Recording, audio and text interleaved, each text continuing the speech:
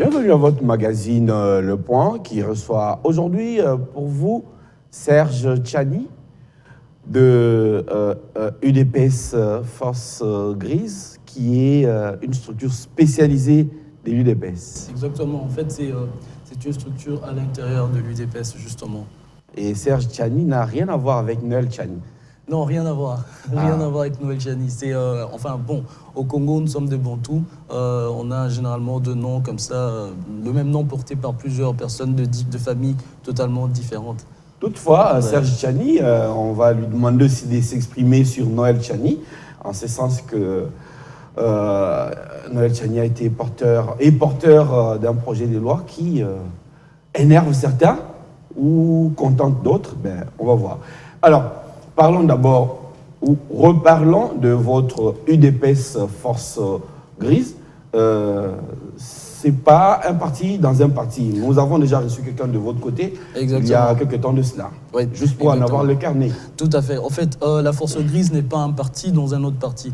La Force Grise, c'est un regroupement de personnes qui sont tous membres effectifs de UDPS, parti politique, mais comme les statuts de notre parti politique UDPS permettent aux membres du parti de se réunir en petits groupes à l'intérieur du parti afin de réfléchir à la bonne marche du pays et à la bonne marche du parti. Donc avec quelques camarades, nous nous sommes réunis à l'intérieur de l'UDPS et nous avons monté cette structure qui s'appelle Force Grise. Et comment ça se passe avec la hiérarchie du parti? Je veux dire, quelle est votre capacité d'initiative en rapport avec les restes des activités de l'UDPS? Ça se passe très bien avec la hiérarchie du parti. Les relations sont très très bonnes parce que d'une manière ou d'une autre, nous dépendons directement ou d'abord de la hiérarchie du parti puisque nous sommes d'abord membres à l'intérieur de l'UDPS. Ça se passe très bien. En fait, Force Grise, c'est une structure qui est plutôt dans des propositions. Nous sommes à l'intérieur du parti. C'est une structure qui regroupe essentiellement des personnes qui sont professionnelles. Il faut entendre par professionnels de gens qui ont un métier et qui vivent de ce métier-là. Donc on a à la fois des avocats, des médecins, des ingénieurs, des environnementalistes. Donc ensemble à l'intérieur, et nous apportons notre pierre au fonctionnement du parti en élaborant de propositions. Nous identifions un problème. Au niveau de la République, on élabore une proposition que nous soumettons soit au parti, soit directement à la hiérarchie au niveau du pays, puisque nous sommes le parti au pouvoir et nous sommes en contact justement avec ceux qui dirigent directement et nous leur faisons des propositions pour ensemble essayer d'avoir des retombées positives de notre mandat. Mais cet élitisme, est-ce que ne tranche-t-il pas un peu avec les côtés populaires de l'UDPS? Non, pas du tout. C'est ce qu'il y a de très intéressant justement avec l'UDPS, c'est-à-dire que c'est vraiment un parti politique à part entière. C'est de dire que c'est un parti politique qui a pour but de conquérir le pouvoir, et le pouvoir, pour le conquérir, on va aller devant le peuple pour lui demander un mandat que le peuple nous confie par la suite. Donc on a à la fois besoin d'avoir cet aspect-là populaire et cet aspect entre guillemets élitiste comme vous l'avez appelé. Et l'UDPS justement combine les deux aspects de ces éléments qui sont très importants pour conquérir le pouvoir. Mais comment est-ce que Force Grise continue, ou survit ou s'en sort, alors que je me rappelle que le président, et ça c'est une question que j'avais aussi posée à votre collègue, le président Jean-Marc Kaboum, le président à l'intérim donc de l'UDPS, avait souffert un peu d'une sorte de... j'allais dire, il avait été ciblé par une aile extrémiste du parti. À l'époque, quand on lui reprochait de fomenter un mouvement UDPS bis avec un mouvement plutôt basé sur des réunions ou des projections. Non, mais déjà, il faudra corriger quelque chose. Il n'y a pas d'extrémisme à l'intérieur de l'UDPS. Ce que d'aucuns pensent que c'est de l'extrémisme, c'est juste une expression démocratique qui est très très avancée à l'intérieur de l'UDPS. C'est-à-dire qu'à l'intérieur de l'UDPS, on n'a pas peur de dire les choses. On n'a pas peur de porter de reproches aux dirigeants du parti. c'est en aucun cas de l'extrémisme. Et justement, à un moment ou à un autre de notre histoire, parce que, bon, à l'UDPS, vous connaissez la théorie de la pyramide renversée, donc on est conscient que le véritable détenteur du pouvoir, c'est le peuple, donc le petit peuple, et ça, on a conscience de ça déjà à l'intérieur du parti. Et d'ailleurs, à un moment de notre histoire, même notre leader charismatique, Étienne Tshisekedi, paix à son âme, et les autres même 13 parlementaires qui ont ensuite créé l'UDPS, ont justement connu ces problèmes-là aussi de contestation interne. C'est-à-dire que de gens, puisqu'ils sont conscients des pouvoirs qu'ils ont en termes de démocratie et qui peuvent s'exprimer librement, quoiqu'étant simples militants, les gens se sont exprimés librement pour leur dire que nous pensons que la voie que vous empruntez n'est pas bonne, mais voilà, nous nous permettons de vous le dire clairement. Et maintenant, c'est à la hiérarchie de comprendre l'essence des observations de la base et de revoir la manière de diriger. C'était aussi les cas donc, avec le président Kabound.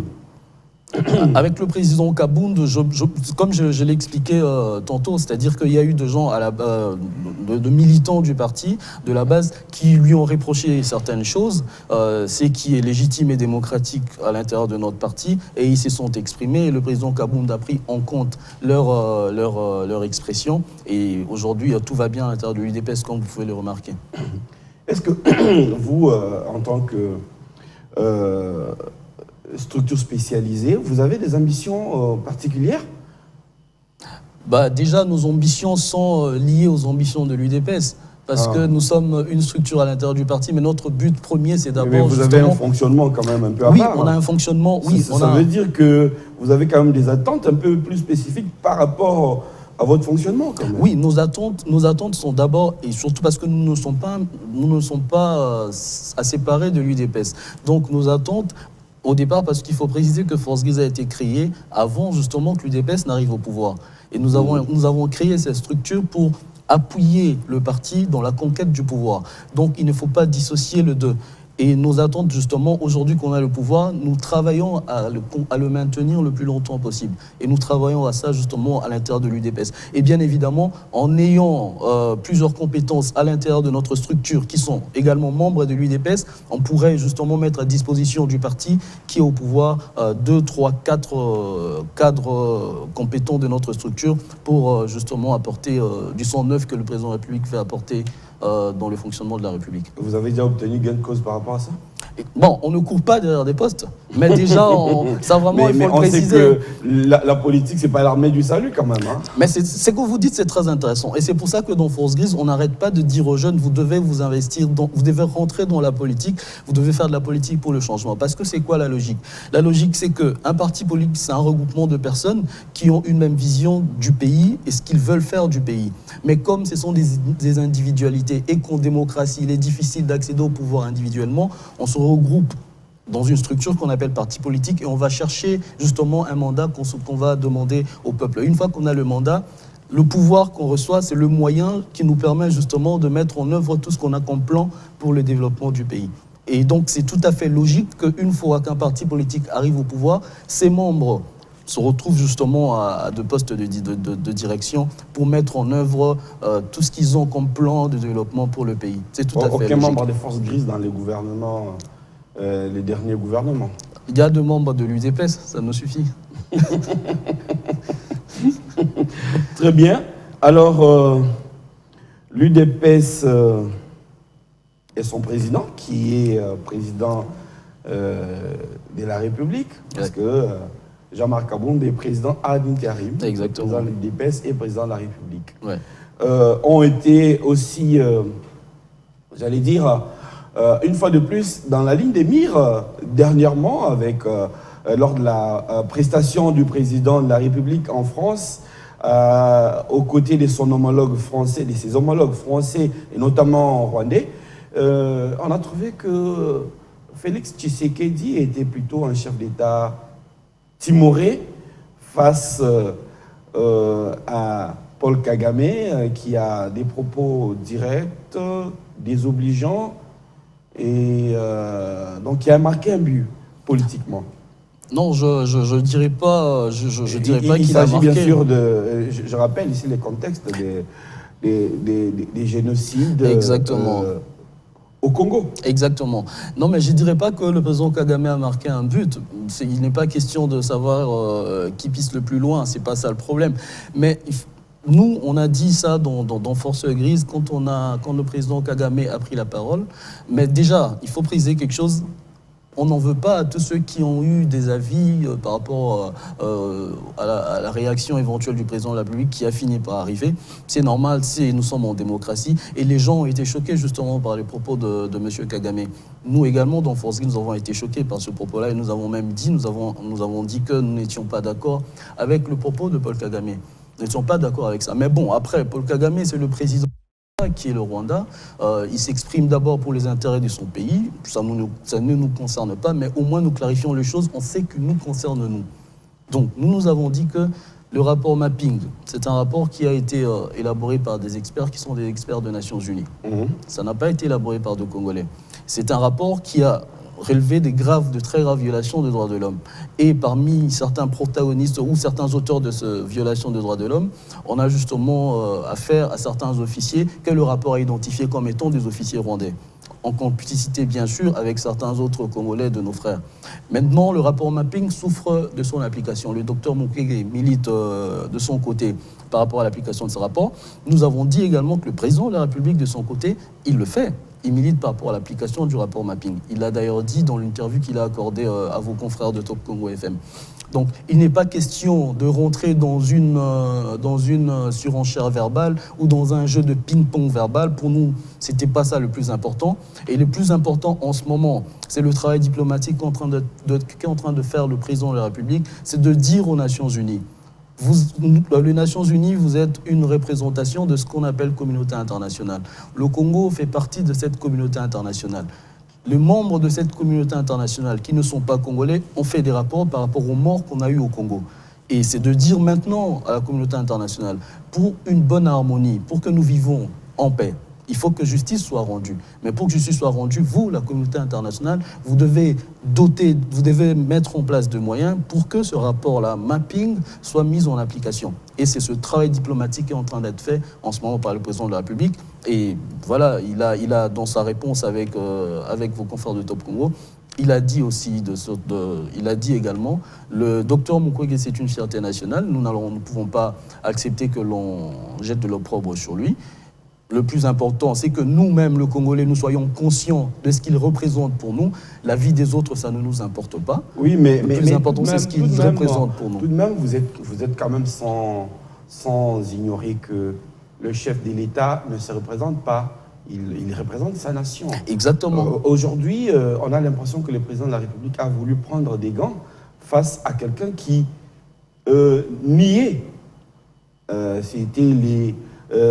Il niait la mort massive et violente des plusieurs des Congolais. Ouais. Et le président de la République a donné l'impression des beautés en touche parce que certains auraient voulu le voir répondre du tac au tac. Monsieur John, si vous constatez, vous allez remarquer quelque chose. Lorsque M. Kagame a donné cette interview à France 24 et à RFI, le président de la République a donné son interview à vos confrères de Top Congo FM. Ensuite, le président Kagame donne l'autre interview à Jeune Afrique, mais ce qu'il dit dans Jeune Afrique, justement, on lui repose pratiquement les mêmes questions qu'on lui avait posées dans l'interview de France 24 et il ne redit plus les mêmes choses qu'il avait dites dans l'interview de France 24. Le mal était déjà fait, quoi. Oui, mais le mal était fait, mais il se retracte quelque part. Ça veut dire quoi? Ça veut dire que le travail qui a été fait... Vous en êtes satisfait? Non, mais il n'est pas question quoi au président de la République de dire, M. Kagame, je n'admets pas que vous puissiez nier la mort des Congolais tués par vos armées. Il n'est pas question de tirer une quelconque satisfaction de propos de M. Kagame. Là n'est pas le problème. M. Kagame n'a reçu aucun mandat d'un Congolais. M. Kagame ne représente rien pour le Congo. Il est question justement de nous, de notre côté. Il s'agit de la dignité aussi des Congolais. Justement, il est question de nous, de notre côté, justement faire cette bataille qui est en train d'être faite, surtout diplomatique, parce qu'il ne suffit pas de crier rapport mapping dans les radios et télévisions pour que cela soit appliqué. Pas du tout. Vous savez bien comme moi que les relations internationales, c'est un jeu d'intérêt. Et justement, cette campagne-là que le président est en train de mener en ce moment, alors on n'acceptera pas qu'il y ait de petites de petites piques venant de qui que ce soit puissent nous pousser à la faute pour anéantir tout le travail qui a déjà commencé et qui est en train d'être fait, dont les résultats s'annoncent très positifs dans les jours à venir. Donc nous, on garde notre calme, le président de la République a gardé son calme, et le président Kagame, dans son interview avec Jeune Afrique, qui a suivi les deux interviews, sa première et celle du président de la République, on a senti que le président Kagame s'est rétracté un tout petit peu, il a corrigé beaucoup de choses qu'il avait dites dans la première interview. Peut-être que c'était stratégique pour lui. Quand il s'adressait à ces médias internationaux, il avait un autre public. Et avec Jeune Afrique, qui est plutôt localisé en Afrique, il a un autre message. Non, ça se trouve effectivement, c'était effectivement stratégique de sa part. On le sait justement. Oui. C'est pour ça qu'on dit sa stratégie, ça se trouve, c'était de nous pousser à l'erreur. Mais nous, on a dit qu'on va pas tomber dans son jeu. Nous, on va continuer le travail qu'on est en train de faire depuis qu'on arrive au pouvoir, ce travail diplomatique-là, on va continuer à faire ce travail diplomatique et on aura les résultats. Mais est-ce que le président Félix Tshisekedi ne perd-il pas tout ce moyen devant le président rwandais, dans la mesure, on le sait déjà, le président rwandais, Paul Kagame, avait contesté l'élection du président Tshisekedi, et par la suite, ils sont devenus les meilleurs amis. Et non. Oui, le président Kagame, enfin, le Congolais élisent leur président en RDC. Il n'appartient pas à M. X, M. Y, qui n'est pas congolais, de dire que oui, vous êtes président élu ou non, vous n'êtes pas président élu. Le Congolais a élu le président Tshisekedi. Là, il était venu dans le cadre de l'Union africaine. Oui, justement, c'est ce que je vous dis. La légitimité d'un président de la République lui est confiée par son peuple. Et le Congolais, nous avons accepté qu'après les élections, ce soit notre propre Cour constitutionnelle qui déclare qui est président, qui ne l'est pas. Donc nous nous soumettons justement à ce que nous-mêmes nous avons accepté, notamment le pouvoir que nous avons confié à la Cour constitutionnelle pour légitimer les résultats que nous avons mis dans les urnes. Mais si c'était aussi simple, on ne comprendrait pas alors ces rapprochements, on allait dire inédits ou atypiques, qu'il y a eu entre Kinshasa et Kigali. On a eu l'impression que le président Tshisekedi avait vraiment intérêt à faire du président Kagame son meilleur ami, et à ce moment-là, c'était vice-versa. Tant qu'à faire, il aurait aussi pu l'oublier et passer à autre chose, d'autant plus que l'autre l'avait mis mal à l'aise. Non, mais justement, c'est pas comme ça que nous voyons les relations internationales, surtout avec. Je disais tout à l'heure que on a l'impression que le président Tshisekedi est plutôt tributaire des caprices du président rwandais. Hein. Non, du tout, on peut pas nous opposer cette assertion-là, d'autant plus que vous venez de le dire vous-même que le président Kagame avait demandé qu'on suspende les résultats. Donc, comme vous avez dit vous-même, on aurait dit que voilà, celui-là, on n'a rien à faire avec lui. Mais qu'est-ce qui se passe? C'est que le président Tshisekedi ne voit pas son propre intérêt. Il voit l'intérêt commun, l'intérêt du Congo. C'est quoi l'intérêt du Congo aujourd'hui? L'intérêt du Congo, c'est qu'on arrête avec tout ce qu'il y a comme massacre dans l'est du pays, que les guerres prennent fin. Et l'intérêt du Congo, c'est aussi quoi? C'est de vivre en communion, c'est de vivre en paix avec tous ces pays voisins. Nous sommes entourés par 9 pays voisins. C'est énorme et c'est beaucoup. Et certaines frontières, justement, sont des frontières terrestres. Nous avons intérêt à vivre en paix avec tous ces pays voisins. Et la paix avec ce voisin, ça ne se décrète pas dans son salon. On dit qu'on veut la paix avec son voisin. C'est un travail qui doit être fait. C'est discuter, c'est échanger. Et en relations internationales, en diplomatie, l'échange, la discussion sont les maîtres mots. Et justement, le président Tshisekedi a conscience de ça. C'est pour ça qu'il a mis, entre guillemets, cette petite rancœur. Il aurait bien gardé une dent contre Paul Kagame, mais il ne l'a pas fait. Donc, il a conscience de l'intérêt général du Congolais. Il dit que la guerre a beaucoup duré à l'est du pays. Plusieurs rapports ont documenté que cette guerre-là n'était pas que du fait de certains Congolais, et que les petits groupes armés à l'intérieur du Congo étaient utilisés comme de proxy par d'autres puissances régionales, sous-régionales et peut-être encore un peu plus loin même de notre pays. Donc, qu'est-ce qu'on fait? On va dans la bataille diplomatique pour faire comprendre aux gens que la guerre a trop duré et que maintenant, nous, de notre côté, on a besoin de la paix. Mais on le dit et on leur dit ça fermement pour leur faire comprendre que maintenant, le Congo, on a passé un autre cap et c'est le cap du changement pour l'instant. Alors, justement, pensez-vous que aujourd'hui les rapports avec le voisin, Oui. particulièrement de l'Est, se sont stabilisés ou vont dans le sens des intérêts du Congo?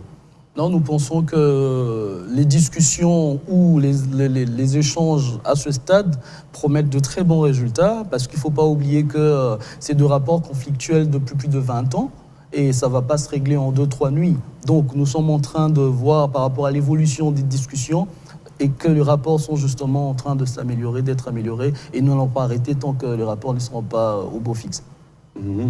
Et pendant ce temps, le président Félix Tshisekedi est aussi président de l'Union africaine. Exactement. Vous avez l'impression qu'il maîtrise le dossier? Si. J'ai vraiment l'impression qu'il maîtrise. Là, on a eu l'impression que c'était un flop, cette histoire du barrage du Nil Blanc avec l'Éthiopie, le Soudan et l'Égypte. Non, il faut comprendre quelque chose. Dans ce cas-là, c'est deux, trois pays qui se disputent quelque chose. Le président de l'Union africaine vient faire la médiation. Le premier but de cette médiation, c'est de leur dire « Écoutez, ça ne sert à rien de se battre. Il ne faut pas que vous vous battez pour ça. Essayez de vous mettre autour d'une table, trouver une solution. » Et les discussions sont en train de continuer. Mais le président a évité quelque chose. Il a évité une confrontation directe entre ces trois nations. Mais ça, c'est vraiment un actif qu'il faut mettre... c'est un résultat qu'il faut mettre à l'actif du président en tant que président de l'Union africaine. Il a évité justement cette confrontation-là entre ces trois pays-là. Et justement, en tant que médiateur, c'est un résultat très positif. Et au Tchad, il a juste constaté les dégâts. Et là aussi, au Mali, mais il serait-il simplement spectateur? Mais il faut comprendre quelque chose. Les institutions, qu'elles soient régionales ou internationales, ne peuvent pas aller à l'encontre de la volonté de peuple d'un pays. Ça, c'est quelque chose clair, net, il faudrait préciser cela. Le peuple tchadien, nous avons suivi, le peuple tchadien a accepté que le CNT puisse conduire la transition jusqu'à la fin de la transition. Ensuite, il y aura des élections et les civils prendront le pouvoir. Les partis politiques du Tchad sont d'accord. Ils viennent de faire un gouvernement d'union nationale où les partis même de l'opposition se retrouvent à l'intérieur du gouvernement. Le président Tshisekedi, l'Union africaine dit quoi? L'Union africaine dit, vous avez dit que vous êtes d'accord pour que le CNT conduise jusqu'à la fin de la transition, ensuite il y aura des élections. Ok, d'accord. Maintenant, nous vous surveillons. Il a dit d'ailleurs dernièrement à Paris, il a dit au CNT, nous n'allons pas permettre que les militaires se retrouvent encore au pouvoir après cette période de transition. Mais c'est d'abord la volonté des Tchadiens qui ensuite a été appuyée par l'institution Union africaine à travers le président de l'Union africaine en exercice qui est le président Tshisekedi. Donc il faudrait vraiment comprendre cela. L'Union africaine en tant qu'institution ne peut pas aller à l'encontre des volontés légitimes ou des peuples même concernés par le problème. C'est la même chose au Mali. Lorsque les militaires ont fait un coup d'État dans un coup d'État, qu'est-ce qui s'est passé? Le président Tshisekedi a demandé aux militaires de libérer d'abord le président de la transition et son Premier ministre, chose qui a été faite. Et ça aussi, c'est quelque chose de positif qu'il faut justement noter, chose qui a été faite. Mais après, on se rend compte que le Mali, la société civile malienne et quelques autres Maliens sont descendus dans la rue pour se mettre d'accord avec ce qu'avait fait justement l'armée. Donc le coup d'État dans le coup d'État. Qu'est-ce que nous on fait? On dit, ok, le peuple est d'accord avec cela. On va entendre ce qu'ils vont dire, parce que c'est d'abord une affaire intérieure entre peuples. Le nouveau président, donc celui qui était vice-président, le colonel, a tenu une rencontre hier avec certains partis politiques. Ils vont se mettre d'accord de comment ils vont diriger le pays. Et l'Union africaine, justement, va constater les accords entre partis. Et on va s'assurer que chaque parti respecte les clauses de l'accord pour enfin aboutir à des élections libres, démocratiques, transparentes au Mali. En quoi son mandat africain peut être utile à la RDC? C'est quelque chose c'est une très bonne question et c'est quelque chose de très important. Déjà, en tant que président de la RDC et président de l'Union africaine, comme président de l'Union africaine, il aura accès justement à plusieurs grands salons où les grandes décisions du monde se prennent et où, en tant que simple président d'un pays RDC, il ne serait pas présent là-bas.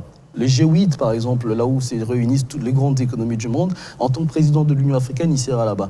Et quand il est présent dans ces grandes assises, qu'est-ce qu'il fait? Il ne porte pas seulement la voix de l'Union africaine, il porte également la voix de la RDC. Et ce sont des choses qu'on doit rapidement capitaliser, justement, en tant que président de l'Union africaine. C'est de parler également au nom de la RDC dans ces grandes assises, dans ces grands forums, de dire de problèmes que la RDC rencontre, dont on estime que la communauté internationale n'en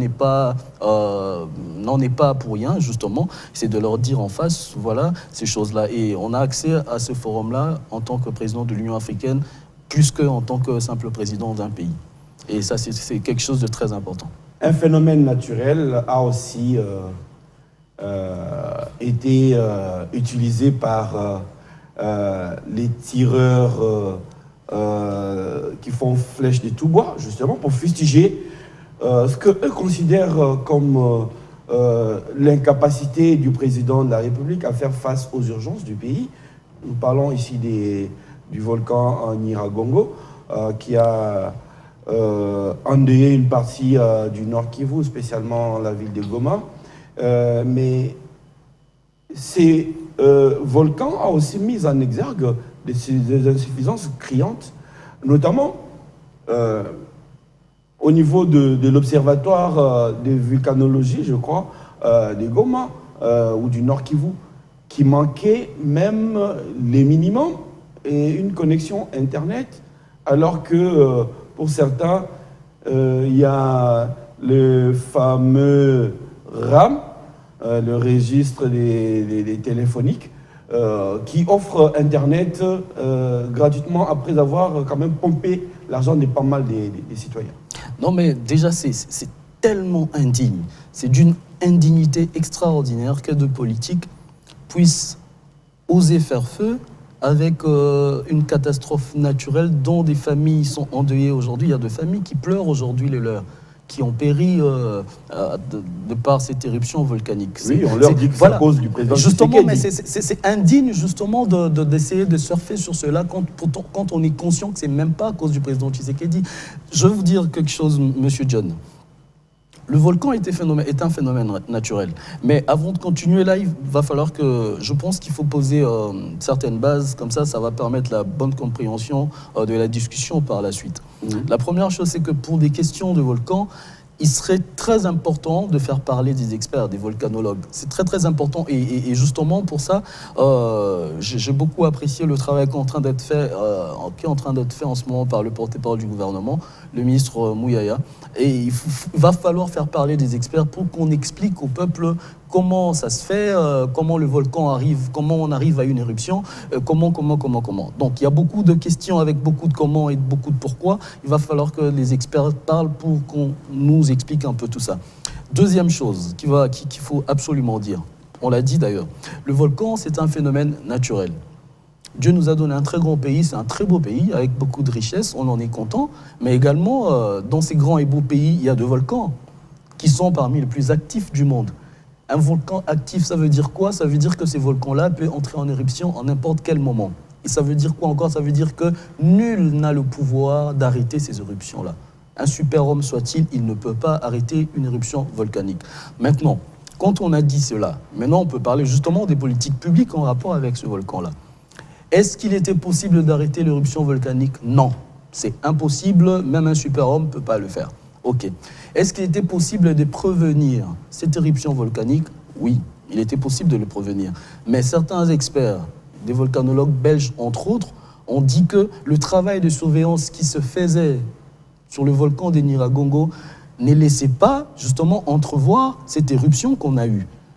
Donc cette éruption a été une surprise. L'observatoire n'avait pas de connexion Internet depuis 6 mois. Justement, mais je suivis un volcanologue belge sur la RTBF hier et même certains volcanologues de l'OVG justement qui ont dit par rapport, parce que c'est de prédiction un peu comme la météo. Et vous êtes d'accord avec moi qu'on peut prévoir la météo jusqu'à 5 jours et que le 5e jour on prévoit la pluie, on arrive et il n'y a plus de pluie, il n'y a pas de pluie. Donc c'est ce qui s'est passé. Ils ont dit que l'éruption qui est arrivée le samedi, ça n'a pas été prévu pour ce jour-là. Justement, l'éruption a surpris tout le monde. On est d'accord avec ça. Maintenant, est-ce que ça veut dire qu'on doit dédouaner les pouvoirs publics de leurs responsabilités? Nous disons non. Nous sommes d'accord que le pouvoir public doit être responsable. Il faut dégager des responsabilités et sanctionner s'il le faut. Il est inadmissible que l'observatoire volcanique puisse manquer de choses comme de crédit Internet. Au XXIe siècle, dans une zone qui est à risque par rapport au volcan, qui peut rentrer en éruption tout le temps, on ne peut pas se permettre ces genres de détails à la fois ignobles et insultants pour toute la République. Ce n'est pas possible. On ne peut pas se permettre cela. Maintenant, une fois qu'on a constaté ça, qu'est-ce qu'on fait? On tire les conséquences de certaines choses qui sont à ce stade comme de choses qui n'ont pas été faites, de sorte à ce que prochainement, on soit plutôt prêt pour des éruptions qui vont arriver. Donc à ce stade, il n'est pas question d'essayer de tirer la couverture de son côté pour essayer un peu de se refaire une petite santé politique dans l'opinion publique. Derrière le volcan, le président Tshisekedi ne peut pas commanditer un volcan. C'est impossible, un homme fait de chair et de sang ne peut pas le faire. Oui, sauf voilà. qu'il a donné peut-être l'impression à cela qu'il est dans une approche essaye-erreur. Non, pas du tout, mais il a rapidement... aussi bien pour le volcan que pour le reste du pays. Non, le gouvernement a été rapidement... Non, mais le gouvernement est descendu rapidement sur le terrain. Oui. Le gouvernement a constaté justement le dégât avec l'aide de l'OVG. Mais il faut préciser quelque chose, et moi je pense qu'on doit préciser cela. Le Congo, depuis plus de 60 ans, enfin depuis plusieurs années, le volcan n'a pas vu le jour en 2019 avec l'arrivée du président Tshisekedi au pouvoir. Le volcan existe depuis très longtemps. On a eu une première éruption en 1977. Enfin, on a eu une éruption en 1977 et on a eu une autre en 2002. Nous, on arrive au pouvoir en 2019. Est-ce que vous trouvez normal que de gens... Une fois de plus, je dis qu'il n'est pas question de nous dédouaner, mais il est question d'avoir une vision assez large de la question pour ensuite essayer maintenant de mettre sur pied des solutions adéquates pour les jours à venir. Donc, est-ce que vous trouvez normal, dans un pays qui vit avec des volcans actifs, que l'OVG n'ait pas d'hélicoptère, par exemple? Qui doit être sanctionné maintenant. Justement, c'est ce que je dis. Nous, on arrive, on est arrivé en 2019, c'est ce que je dis. Donc, ceux qui ont dirigé avant nous, enfin, ils ne peuvent pas rejeter sur nous, ils peuvent pas rejeter sur nous leurs irresponsabilités ou leur médiocrité. Parce que vous êtes quand même là depuis 2 ans? Oui, mais oui, on est là depuis 2 ans, mais vous savez ce qui s'est passé en 2 ans. On a commencé par une coalition où on nous mettait des bâtons dans le roue et tout ça. Et maintenant, on a essayé de retrouver une certaine stabilité avec l'Union Sacrée, mais qui n'est pas encore vraiment très stable parce que, bon, il y a certains membres de l'Union Sacrée qui n'en font qu'à leur tête, mais on va y arriver, justement. On va y arriver. Et vous dédouanez de tout, quoi, à partir C'est ce que je dis, nous ne nous dédouanons pas, mais il est important de faire cette mise au point-là. Le peuple doit comprendre. Il est important de faire cette mise au point. Vous allez passer tout un mandat à expliquer que c'est pas de votre faute, c'est la faute... Non, mais les choses sont en train d'être faites. Nous, on n'explique pas que... Nous, c'est ce que je dis, on ne s'arrête pas à expliquer. On explique d'abord et ensuite on prend des actions de mesure et on exécute. Parce que vous m'avez mis, comment dire, sur la piste. À propos de l'Union Sacrée, oui, l'Union Sacrée aujourd'hui, la marche, qui est un peu... instable ou qui donne des signes d'inquiétude, notamment à cause d'un projet de loi, si je me trompe. Bon, en fait, cette loi est portée par M. Tchani, du même nom que vous, Noël Tchani en l'occurrence, et cette loi est considérée pour certains comme étant en réalité une action souterraine de votre camp, UDPS, et pourquoi pas le président de la République, de mettre hors jeu des candidats potentiels en 2023. Et je crois qu'aujourd'hui, c'est plus la peine de se voiler la face. Il y a Moïse Katumbi qui se sent morveux par rapport à cette proposition. On a entendu ses proches qui ont fait une déclaration. Tchani, Noël, Ouais. a même été attaqué. Hein. On a vu bien comment ça s'est passé. On lui a aussi rappelé ses frasques et tout ça. La guerre est déjà ouverte. Bon, Monsieur Jeanne, vous faites bien de poser cette question-là et je pense que c'est une fois de plus l'occasion de faire encore certaines mises au point.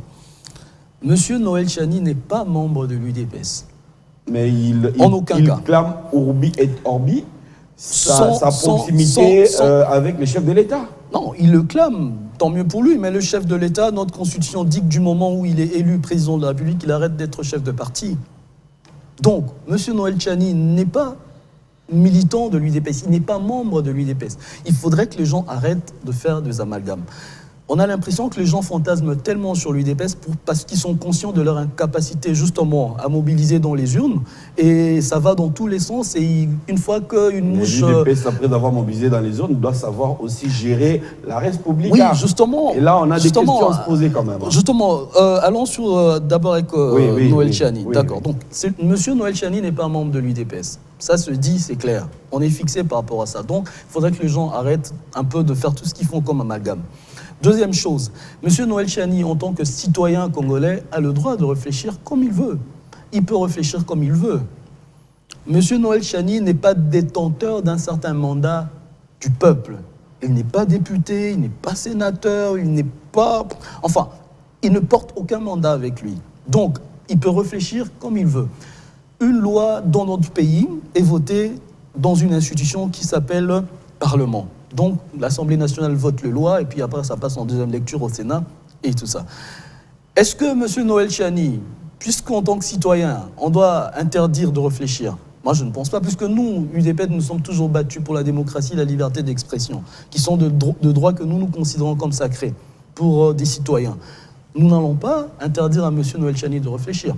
Il pose ses bases de réflexion. Il réfléchit. Maintenant, par rapport à comment il faut faire après, parce qu'il sait que lui, en tant qu'individu, il peut porter cette loi nulle part, ça va aller nulle part. Il faudrait que cette loi passe au niveau de l'Assemblée nationale, ensuite ça doit être voté et tout. Donc, et les gens arrêtent un peu de... Ça va dans tous les sens, ça va même dans des insultes, et c'est indigne. C'est tellement indigne de personnes que l'on considère comme...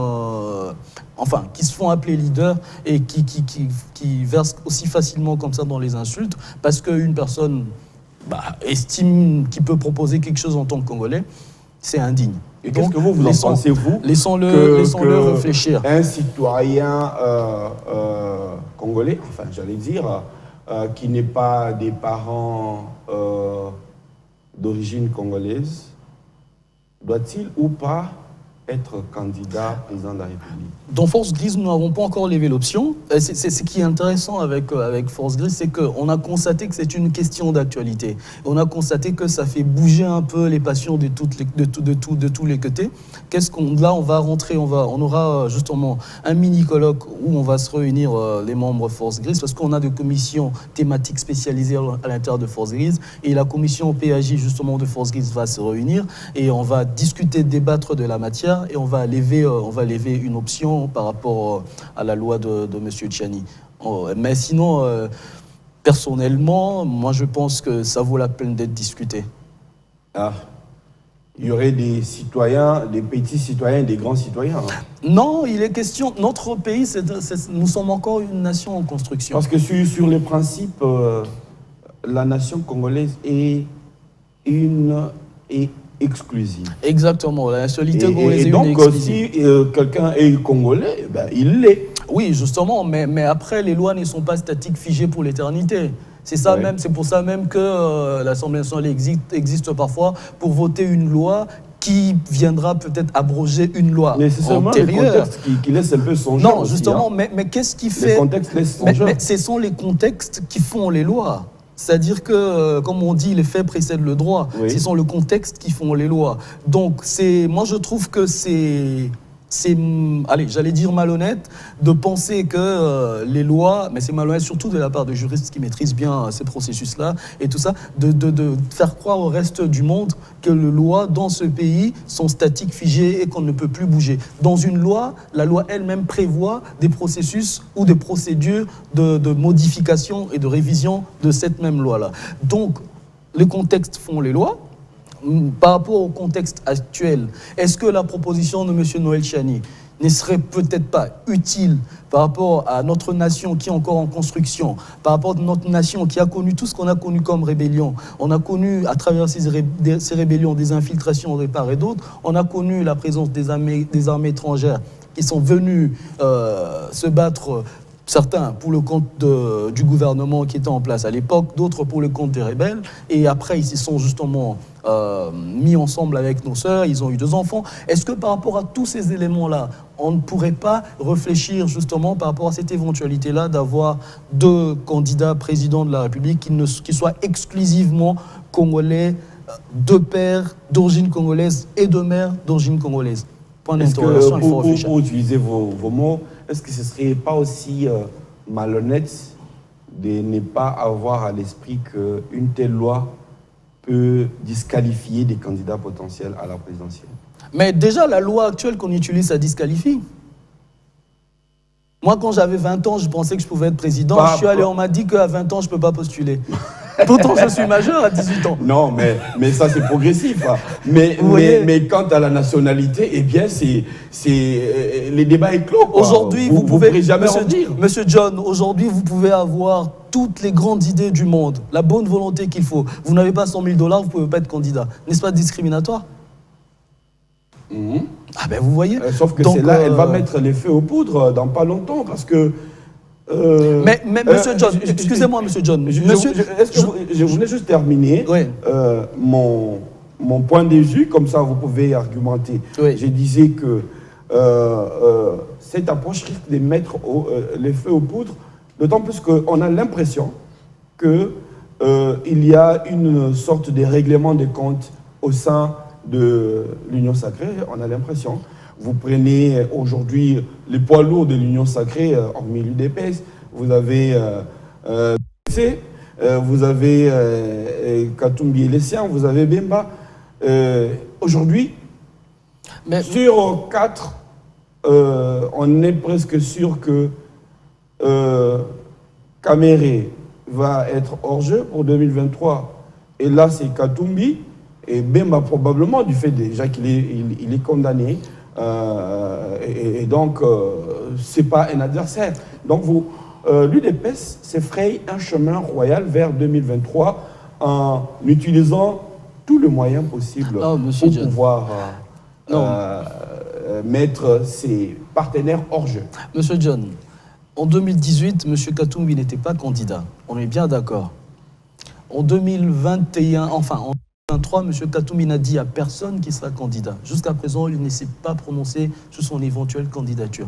Pourquoi les gens veulent faire de lui candidat alors que lui-même n'a pas dit? Pourquoi nous discutons sur des éventualités qui, à mon avis, ne pourraient même pas arriver, en fait. C'est la nature de la politique au Congo. Oui. On est toujours sur le coup d'après. Ouais, aujourd'hui, nous, on veut changer les choses. Même le président Tshisekedi, non, mais nous, on veut changer les choses. Il a déjà annoncé qu'il sera candidat, vous savez, non? Oui, monsieur John, permettez-moi de dérouler comme ça, on va revenir. Donc, monsieur Katumbi lui-même n'a même pas dit qu'il sera candidat en 2023. Sa position par rapport à 2023, personne ne la connaît. Même les gens qui sont avec lui dans son propre parti ne connaissent pas sa position, puisque lui-même ne s'est pas exprimé par rapport à 2023. Donc, le président Tshisekedi s'est exprimé par rapport à 2023. Là, ok, d'accord, mais M. Katumbi ne s'est pas exprimé par rapport à 2023, M. Kamere ne s'est pas exprimé par rapport à 2023, M. Bemba ne s'est pas exprimé par rapport à 2023. Donc, moi, je trouve qu'il est indigne aujourd'hui de dire à l'UDPS qu'on est en train de barrer la route aux gens. On ne barre la route à personne, puisque personne n'a manifesté sa volonté d'être candidat président de la République en 2023. M. Kamere, il est en prison pour les choses que vous connaissez. C'est-à-dire qu'il y a eu une décision des justices qui l'a condamné pour de fait. Après une audience qui était publique, il se retrouve aujourd'hui en prison. Mais ce qui est intéressant justement avec une justice... C'est qui est aussi intéressant, mais ce qui est intéressant, laissez-moi dérouler, Monsieur John. Ce qui est intéressant avec l'état de droit, c'est qu'on a ce double degré des juridictions. Monsieur Camara a été condamné... en appel. Voilà, il a été condamné en première instance, il est aujourd'hui en deuxième instance. Classiquement, ça veut dire quoi l'appel? Ça veut dire que le juge d'appel, on estime qu'il est plus compétent et plus que le juge de première instance, et que, vu qu'il est plus compétent et qu'il est supposé avoir beaucoup plus d'expérience que le juge de première instance, donc on estime qu'il verra peut-être des choses que le juge de première instance n'avait pas vues. Et donc, ça va aboutir à deux résultats. C'est-à-dire quoi? Par rapport aux nouvelles choses que le juge d'appel, étant plus expérimenté, aura vues, soit il prononcera l'acquittement, soit il va confirmer, il y a d'ailleurs ça va aboutir à trois choses. Soit il prononce l'acquittement, soit il confirme la peine du juge de première instance, soit il alourdit la peine par rapport aux éléments nouveaux qu'il va constater. Donc, dans une république démocratique, quand on se dit républicain, c'est pas intéressant d'aller en justice et d'avoir déjà une posture de dire que le seul résultat qu'on va accepter, c'est l'acquittement. Il y a peut-être les faits que vous évoquez, mais qu'est-ce que vous faites de la vérité aussi? C'est quoi la vérité? La vérité est que les maisons commandées sont arrivées. Et voilà pourquoi il a été condamné. Non, mais la justice a estimé qu'il l'a juste condamné pour de faits, pas pour présence ou absence de maison. On l'a condamné pour certains faits de corruption et tout ça. Je ne vais pas revenir sur tout ça. Il y a eu une décision des justices en première instance. Il a estimé qu'il a été injustement condamné en première instance. La République lui garantit un deuxième procès en appel. Ce qu'il a fait, il a fait son procès en appel. Et que ce soit en première instance comme en deuxième instance aujourd'hui, il a toutes les garanties d'un procès équitable. Et voilà. C'est la République que nous voulons, et c'est pour ça que nous sommes battus depuis tout le temps, et nous n'arrêtons pas de le dire que notre but c'est d'instaurer l'état de droit dans ce pays et voir le fonctionnement actuel de la justice. Rien n'est encore parfait, mais c'est un cheminement, et voir ce qui se passe aujourd'hui, nous sommes plus ou moins contents des premiers résultats de l'état de droit que nous avons promis et que nous sommes en train d'instaurer. Serge Tchani, nous allons terminer peut-être par là. Oui. Pensez-vous que d'ici 2023, Félix Tshisekedi va rencontrer les peuples d'abord dans sa gestion de la chose publique? D'ici 2023, nous allons présenter au peuple un bilan qui va convaincre le peuple que nous avons fait quelque chose et que nous méritons un deuxième mandat. Et le peuple va nous le donner. Merci beaucoup à vous. Merci beaucoup, M. John, c'était un plaisir. Merci aussi à vous qui nous suivez de partout. Au revoir et à bientôt.